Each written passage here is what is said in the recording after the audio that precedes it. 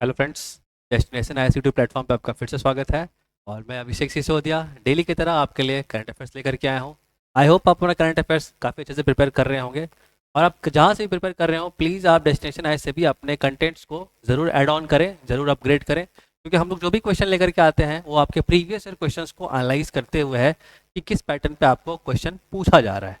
Okay, तो कहीं ना कहीं आपको ज़रूर हेल्प करेगा। तो स्टार्ट करते हैं हम लोग आज का सेशन। बेसिकली आज 18 सितंबर है और देखते हैं कौन कौन से ऐसे टॉपिक हैं जो क्वेश्चन के फॉर्म में आज आपके लिए लाए गए हैं। ओके, तो लेट्स स्टार्ट टुडे।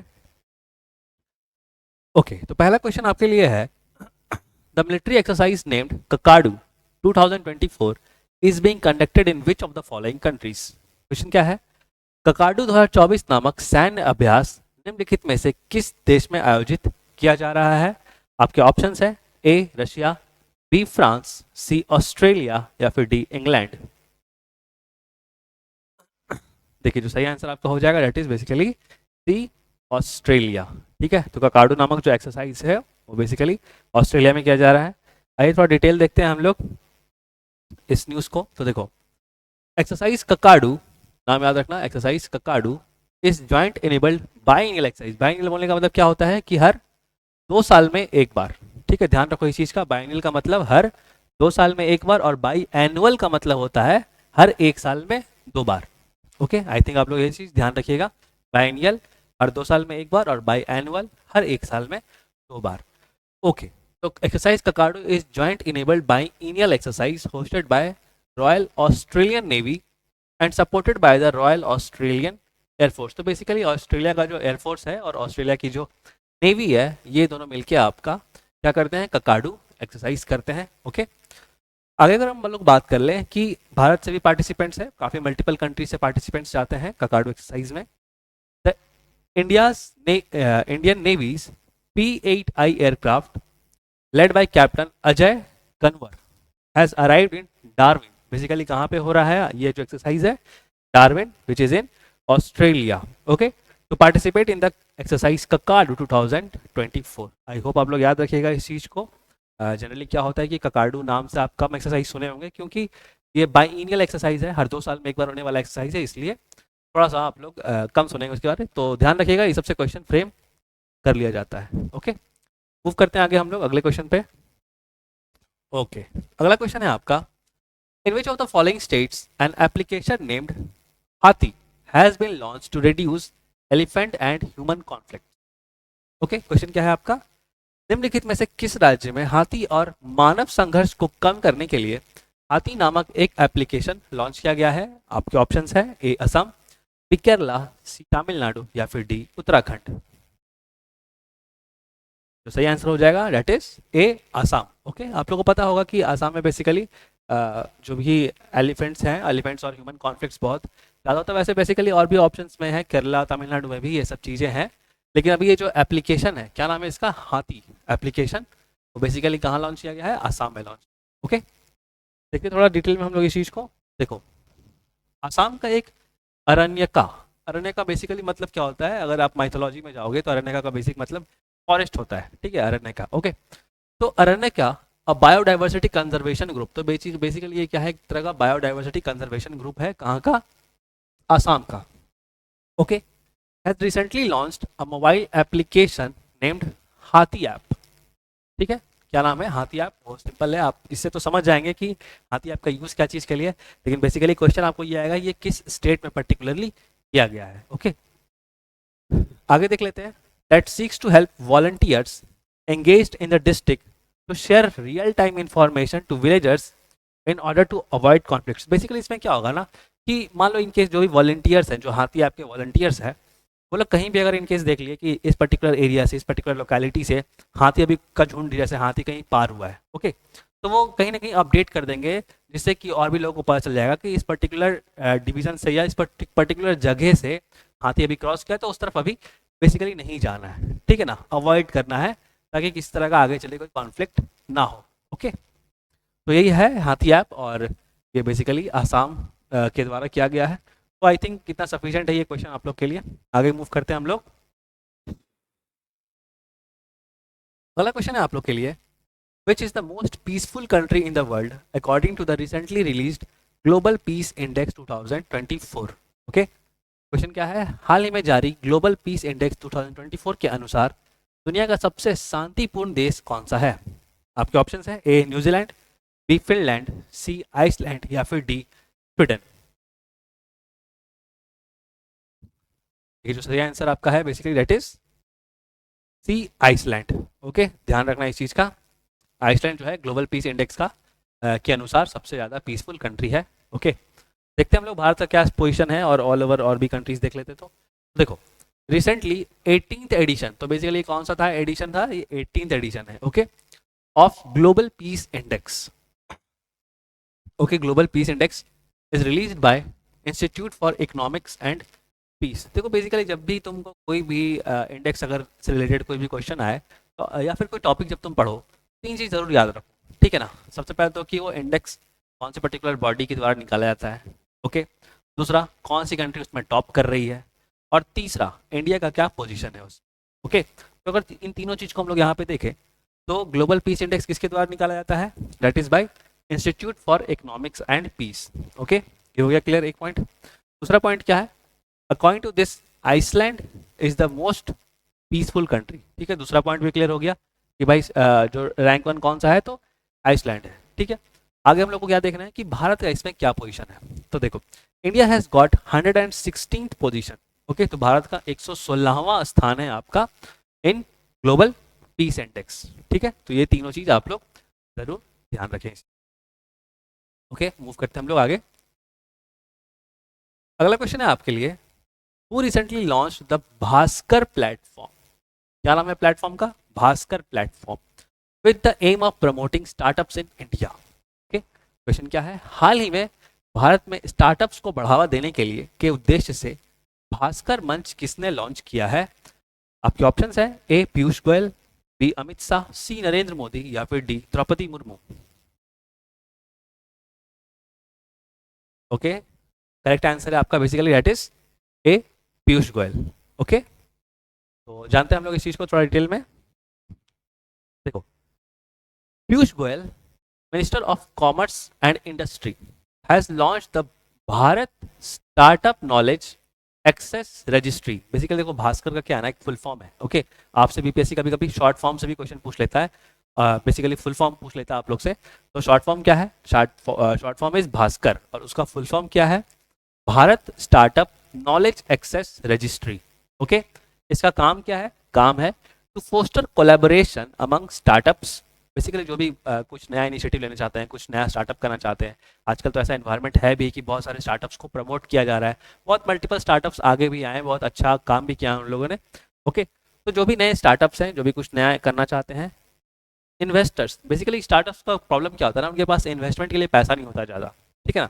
लेकिन ऐसे बड़े बड़े इन्वेस्टर्स होते हैं, जैसे कि एंजल इन्वेस्टर्स बोलते हैं हम लोग, जो काफ़ी पैसा लगाते हैं आपका किसी पर्टिकुलर स्टार्टअप्स के लिए। ओके, तो स्टार्टअप्स, इन्वेस्टर्स और गवर्नमेंट बॉडीज। ओके, तो कहीं ना कहीं इन तीनों विंग को एक साथ लाना है, ठीक है। क्योंकि हो सकता है कि मान लो स्टार्टअप को कुछ गवर्नमेंट क्लियरेंस लेना हो, कुछ लाइसेंस लेना हो, तो उसके लिए गवर्नमेंट से अप्रूवल लेना पड़ेगा, ठीक है। इन्वेस्टर्स पैसा लगाएंगे और स्टार्टअप्स का तो मेन बिजनेस आइडिया होगा। तो इन तीनों को अगर हम लोग इनमें समन्वय रखेंगे, इनमें कोलैबोरेशन रखेंगे, तो उससे क्या होगा कि कुछ नया इनिशिएटिव जो है वो लॉन्च हो सकता है, ठीक है ना, उसको हम लोग इम्प्लीमेंट कर सकते हैं। तो बेसिकली काम आपका यही है, किस चीज का, भास्कर प्लेटफॉर्म का। इसके द्वारा रिलीज किया गया, release by minister of commerce that is Piyush Goyal, ठीक है, minister of commerce and industry है। ओके, आई थिंक सफिशिएंट है ये वाला। आगे मूव करते हैं हम लोग, अगला क्वेश्चन आप लोग के लिए, India will buy high altitude anti submarine system sonobuoy from which of the following countries. Okay, question basically समझाए थे हम, दोबारा फिर से, भारत निम्नलिखित में से किस देश से high altitude anti submarine system sonobuoy खरीदना या खरीदने जा रहा है? आपके ऑप्शन है, A Russia, B France, C America या फिर डी इंग्लैंड।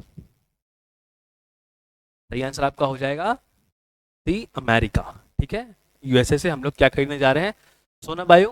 बेसिकली एक तरह का डिवाइस है जो कि कहीं ना कहीं फाइटर प्लेन और हेलीकॉप्टर्स में रहेगा। फॉर एग्जांपल देखो, इस तरह से रहेगा, मान लो कि ये कोई फाइटर प्लेन है, कोई कोई हेलीकॉप्टर है। ओके, ये कोई हेलीकॉप्टर है और यहाँ नीचे वाटर सरफेस है, अब क्या होगा ना कि ये हेलीकॉप्टर से क्या होगा कि ये सोना बायो नीचे फेंक देगा, एक तरह का डिवाइस है, ठीक है। अब ये पानी में जाते ही एक्सपैंड कर जाता है।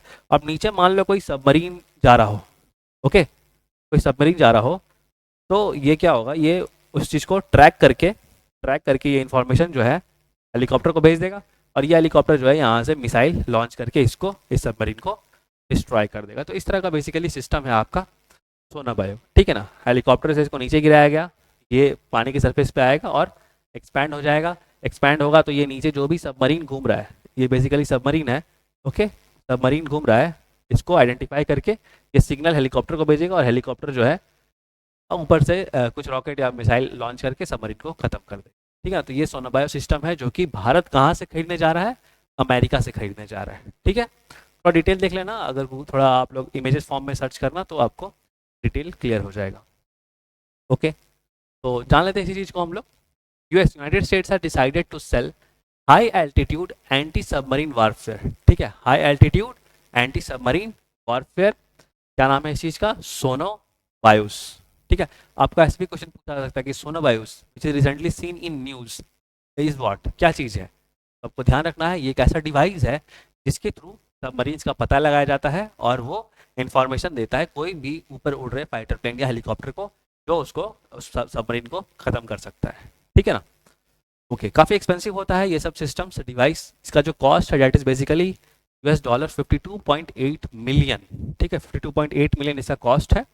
It will enhance India's capacity to conduct anti submarine warfare operations from MH-60 helicopters. तो बेसिकली क्या है ना कि अब आप देखो कोई भी कहीं भी एंटी वर्ड आ जाए ना, एंटी सबमरीन, ठीक है, एंटी टैंक, तो उस पर्टिकुलर चीज़ को खत्म करने के लिए, उसको डिस्ट्रॉय करने के लिए वो डिवाइस होता है, ठीक है। तो ये सोना बायो जो है एंटी सबमरीन है, यानी कि एंटी सबमरीन, यानी कि सबमरीन को खत्म करने वाला, ठीक है। तो ये बेसिकली MH-60R हेलीकॉप्टर से फिट किया जाएगा, और इससे कहीं ना कहीं इंडिया का जो भी नेवल कैपेबिलिटी है, हमारा नौसेना है, काफ़ी ज़्यादा स्ट्रांग हो जाएगा इस पर्टिकुलर डिवाइस के आने के बाद, ठीक है। मूव करते हैं आगे हम लोग, अगला क्वेश्चन देखते हैं हम लोग। क्वेश्चन है, recently Oman host Eastern Bridge 7 and Al Najah 5 exercise with which country. Question क्या है, हाल ही में ओमान किस देश के साथ ईस्टर्न ब्रिज 7 और अल नजा 5 अभ्यास की मेजबानी कर रहा है। आपके ऑप्शंस हैं, ए इंडिया, बी भूटान, सी म्यांमार, या फिर डी नेपाल। और ये क्वेश्चन आप लोग को ऑलरेडी प्रीवियस क्लास में कराया जा चुका है। अगर आपको आंसर पता है तो काइंडली इसका आंसर कमेंट बॉक्स में कमेंट करें। इनकेस अगर आपको नहीं पता है तो प्रीवियस वीडियो जरूर देखे जा करके, जिससे कि आपको और भी मल्टीपल नॉलेज बूस्ट होगा, ओके। मूव करते हैं हम लोग आगे। आई होप आप लोग आंसर जरूर कमेंट करेंगे अगले क्वेश्चन पे। अगला क्वेश्चन है, recently India successfully test fired the vertical launch short range surface to air missile, vertically launch short range surface to air missile at which place. Question क्या है, हाल ही में भारत ने vertical launch short range surface to air missile का किस स्थान पर सफलतापूर्वक परीक्षण किया है, ठीक है। सरफेस टू एयर मिसाइल का मतलब क्या हुआ, कोई भी सतह से आसमान की तरफ लॉन्च करने वाला कोई मिसाइल, ठीक है, सरफेस टू एयर मिसाइल। बताना आपको ये कहाँ लॉन्च किया गया अभी रिसेंटली।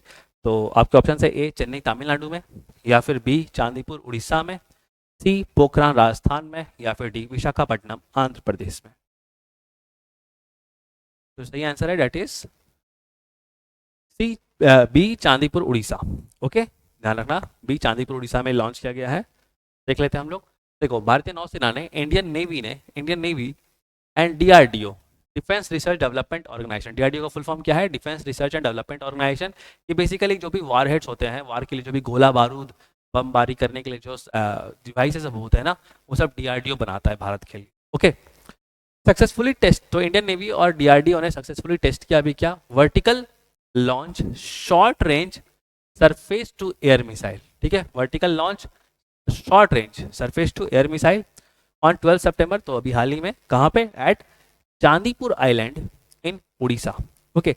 बेसिकली ना टेस्टिंग ग्राउंड है एक तरह का, क्योंकि इस सब जगह को हम लोग इसलिए भी टेस्टिंग के लिए रखते हैं ना, क्योंकि अगर कुछ खुदान खास्ते कुछ अगर प्रॉब्लम हो जाता है किसी मिसाइल में, ठीक है ना, तो फिर क्या होता है कि वो कहीं ना कहीं बे ऑफ बंगाल में फिर गिरता है, वो हमारे मतलब कि सिविलियन एरिया में नहीं गिरता है, जिस कारण से लाइफ सेव हो जाता है, ठीक है ना। तो सेफ्टी एरियाज के कारण आपका ये सब आपका टेस्टिंग साइट है, बेसिकली आंध्र प्रदेश, उड़ीसा, ये सब जो है आपके जो भी नए मिसाइल्स होते हैं उनका टेस्टिंग साइट बनाया जाता है। ओके, आगे मूव करते हैं हम लोग।